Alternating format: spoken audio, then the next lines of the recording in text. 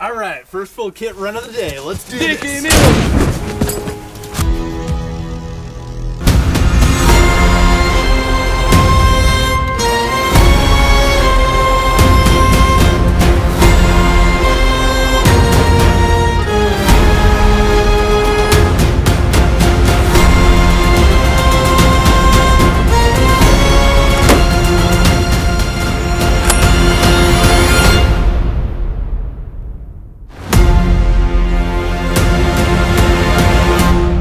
Remember that girl from high school? Well, this is her now. Right here we have the Russian KS-23, a 4-gauge shotgun, just the most insanely sized shotgun because Russians just, what's the word for it, Micah? Suka, bля! This is a giant shotgun. So today on Grantham, Wait, we're what gonna, gauge is it? 4 gauge. Well, for GUAGE. Wait. 4 GUAGE shotgun, and we're gonna see how it performs. It should be noted that the shells, obviously we can't get the Russian shells, so we had to get these hand loaded by a good friend who built this gun out, and this is sketchy. Good Lord. Today on Grantham, the KS-23. But before we get into that, we of course have to thank the biggest sponsor of the channel. The biggest sponsor of the channel is who, Micah? That is the Sonoran Desert. I'm not as clever as Charlie. Institute, the Sonoran Desert Institute. If you're looking to get your start in gunsmithing, they are the people to go to. We cannot thank them enough.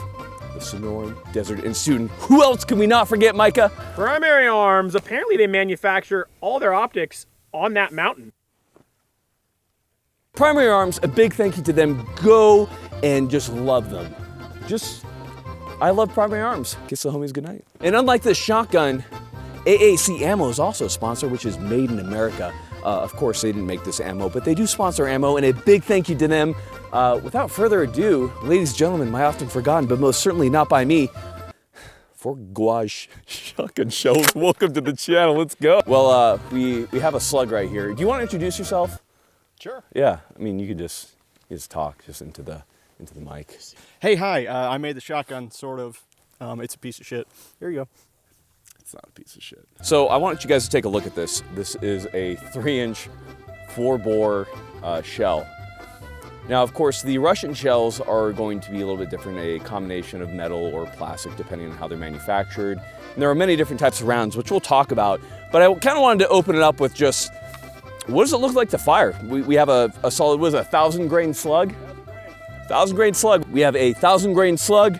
Going 1,000 feet per second, which somebody's going to calculate. That's a lot of foot-pounds. I don't know what the recoil is going to be like. This is actually going to be the very first shot I take with this guy. I'm actually going to step back and just zoom in because I don't even want to know. All right, here we go. Fuck. Ouch. I've shot a lot of guns. That was really spicy. Did you hear that slug? That's got some. That's spicy. Did Tarkov get it right? Should it be busted? Yeah, I think Tarkov got it right, dude. That's ridiculous. Well, the only thing we can do is compare that to just a 12 gauge to show you the recoil comparison. I'm sure Michael will make fun of me right now, but in comparison, we just have our little 12 gauge spicy boy, and this will probably be a lot easier to handle.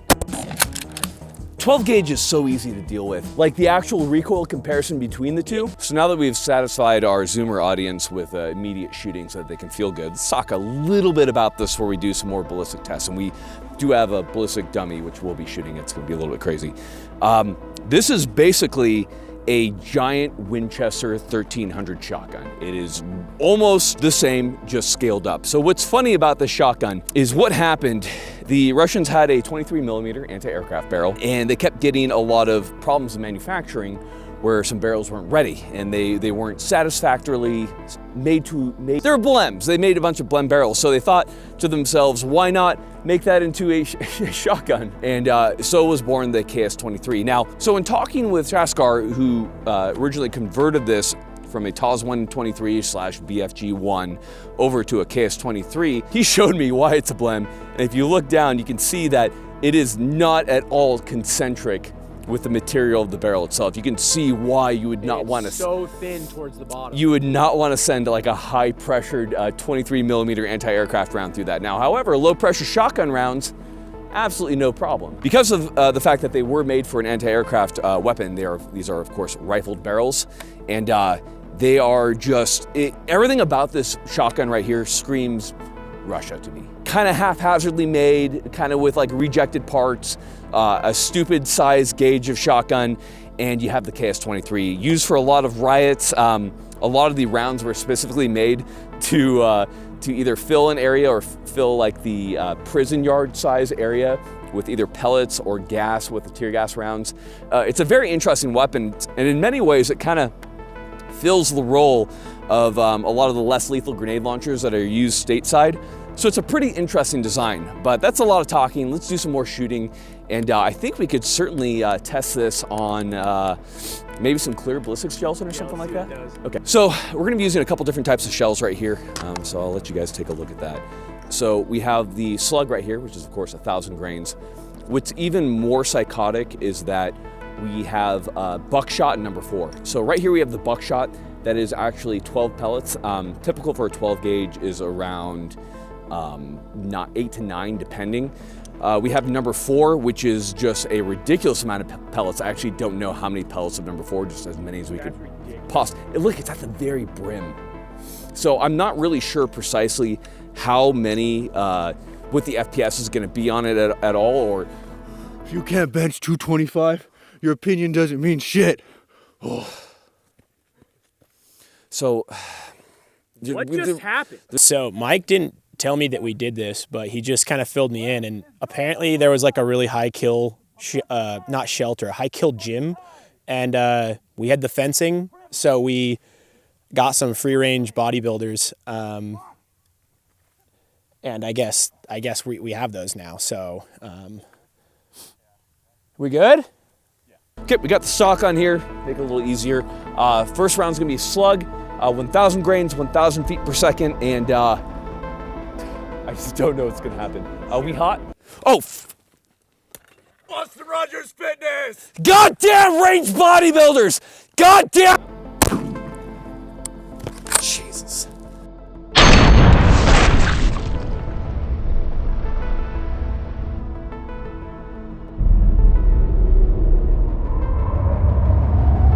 Had so much ass to it, it just went straight through. Most shotgun rounds do not do that. That smokes, look at that spine. It's almost clean.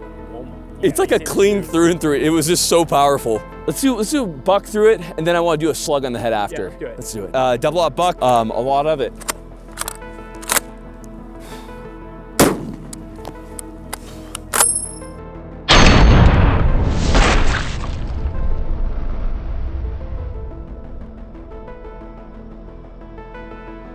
Well, so it should be noted here, this is where some of the problems will be run into, the fact that we're using hand-loaded ammunition, not factory ammunition from Russia. Because that one wasn't too stout of a push, so that one could have definitely been loaded hotter. That being said, you're still dead as fuck. Next up, we have number 4. This is a pretty common defensive loading, but just usually not 4 gauge. That was super underloaded. All right, we got a slug. I'm gonna try to canoe it and see how it goes.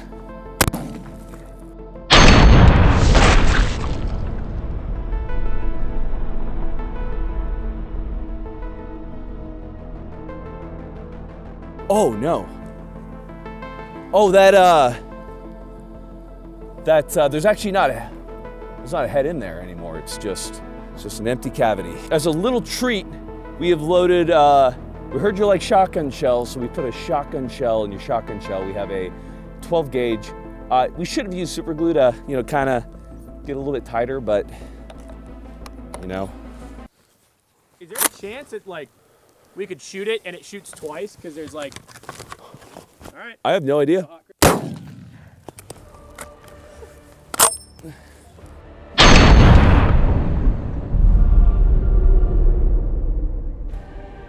Is that rubber band? That's rubber band in there. Oh no, where did the shell go? Did it go off? No, it's the back of the shell. The primer didn't detonate. That's cool. It's still shootable. So where did it, You can see dude. Ow. It had to have detonated.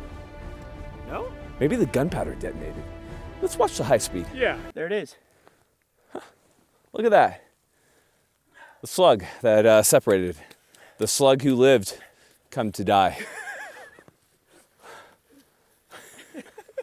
We have another 1,000-grain slug. Sounds like a 40 millimeter. Toom.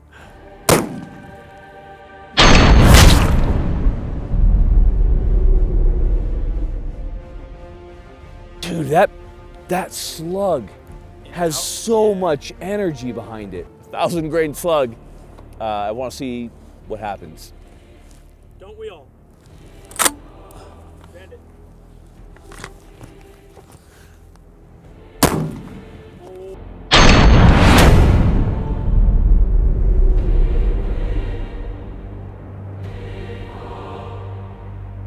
Oh my gosh! It just went straight through.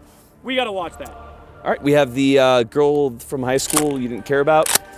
12 gauge, which I do want to point out at this time, feels like a toy in comparison. And 12 gauge is really fucking deadly. So we'll see how it goes. Ready? Ah. Do one more. One more. Yeah, one more.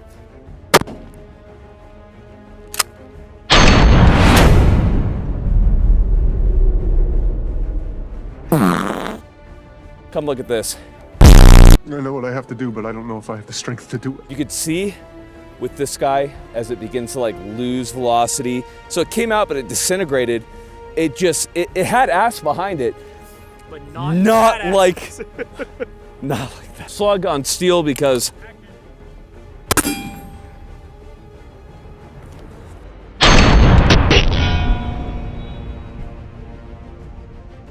okay, we have one of the range bodybuilders shooting the shooting the 4 gauge because GUAGE. Because why not? All right, Tom, it's right here. Oh, on the other side. Good luck, buddy. Make sure that thing's on your shoulder. Yeah, pull that into your shoulder. Here goes the GUAGE.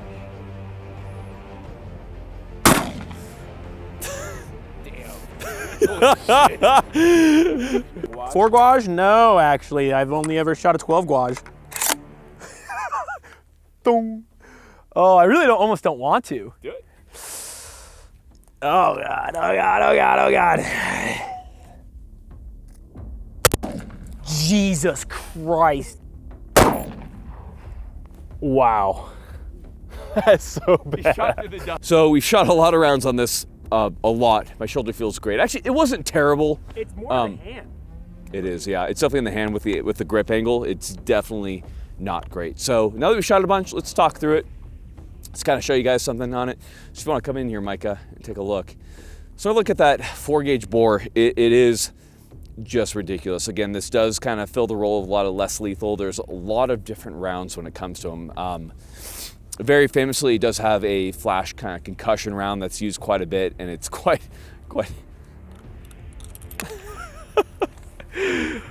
Oh no, there we go.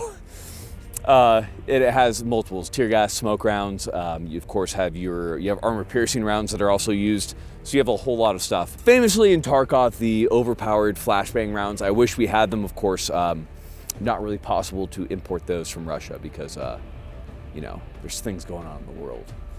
Now, depending on the length of the shell, you get between 3 and 4. On ours, we're getting 3, plus 1 in the chamber, so you have a total of 4 rounds. That being said, with 4 GUAGE, That being said, with 4 gauge, you know, you shouldn't need too many rounds to put down a threat, and being more in a kind of police role, it kind of fills it a little bit differently. Now, moving back from the tube is in the white as it comes from the factory. You do have the handguard right here. This is a reproduction handguard. We also have an original one, but we don't want to mess it up here. This is pretty freaking close to what you get from the factory. It is fairly comfortable to grip. We do have dual action bars, so you can see on the other side there. Again, this is very Winchester 1300-ish, and dual action bars kind of ended up being the standard in shotguns after the Winchester 1897, after we got like the Ithaca 37 and many other shotguns. So it's quite easy to open.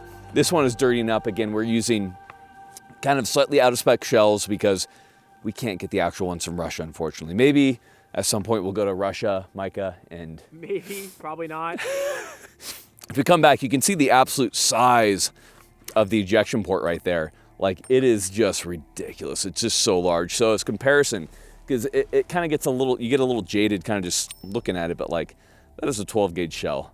Like, it does make 12 gauge look like a toy. It's absolutely ridiculous. It's like a Warhammer 40K gun, honestly. It literally is. Now on this one, we have this guy's feeling a little pain from some of the high pressure rounds we were firing. Right here we have the loading gate, so obviously we can put in the rounds that we need. It's just like a Winchester 1300, right? They just seat right in, very easy to use, no issues there. Now from there, we have the controls. We have the safety right here, simple crossbolt safety, very reliable, been used for a long period of time, and then we have the release for the handguard to unlock the action itself. So we don't want to put too many rounds on this. Again, this is a pretty rare weapon, so we're not going to do any trigger pulls with it. The trigger pull is pretty Winchester 1300-ish. You have about a 6-pound military pull. Feels good to me. Micah? I didn't pay attention. You're just worried about the recoil. Going back from there, of course, we do have our pistol grip right here. It should be noted that you see these in a variety of configurations because you can install the normal stock that comes with like the TAS 123. In this case, we do have the wire stock. This is, again, a reproduction. The actual wire stock does fit a little bit differently, and we do have a grenade launching butt pad from an AK-74 because we're just not strong like Russians, I guess. Is that the best way to say it, Micah? Yeah. We don't drink enough vodka. Maybe if we drink more vodka, it'd be better. Overall, I do find myself liking the shotgun quite a bit. I definitely see the utility to having just a ridiculously oversized shotgun in terms of pacifying polar bears. Real talk, I don't think that there's any chance that you're going to strike somebody with a round from the KS-23 being a non-lethal round, being a lethal round, and that they're ever going to get up. It's a horrifically overpowered lethal shotgun. It's pretty cool in my mind. I think it's very versatile, especially given the different types of rounds. And overall, it's what we call a vibe. Bliet. Well, guys, thank you for joining us. This is probably one of the more, I would say, rare shotguns that we've ever taken a look at, and we really enjoyed it. That being said, as cool as this shotgun is, if you don't get training, it's not going to matter. So get out there, get training. Soon, Onward Research, very soon. Of course, Pat McNamara, Haley Strategic, my dad, Cogworks, Bear Solutions, tons of great guys. Get training, that's what matters. Thank you for watching. Tons more great things coming. That's not got nothing else. I'm done. Dad advice from our range bodybuilders. All right, Tom, what's your dad advice? Lift.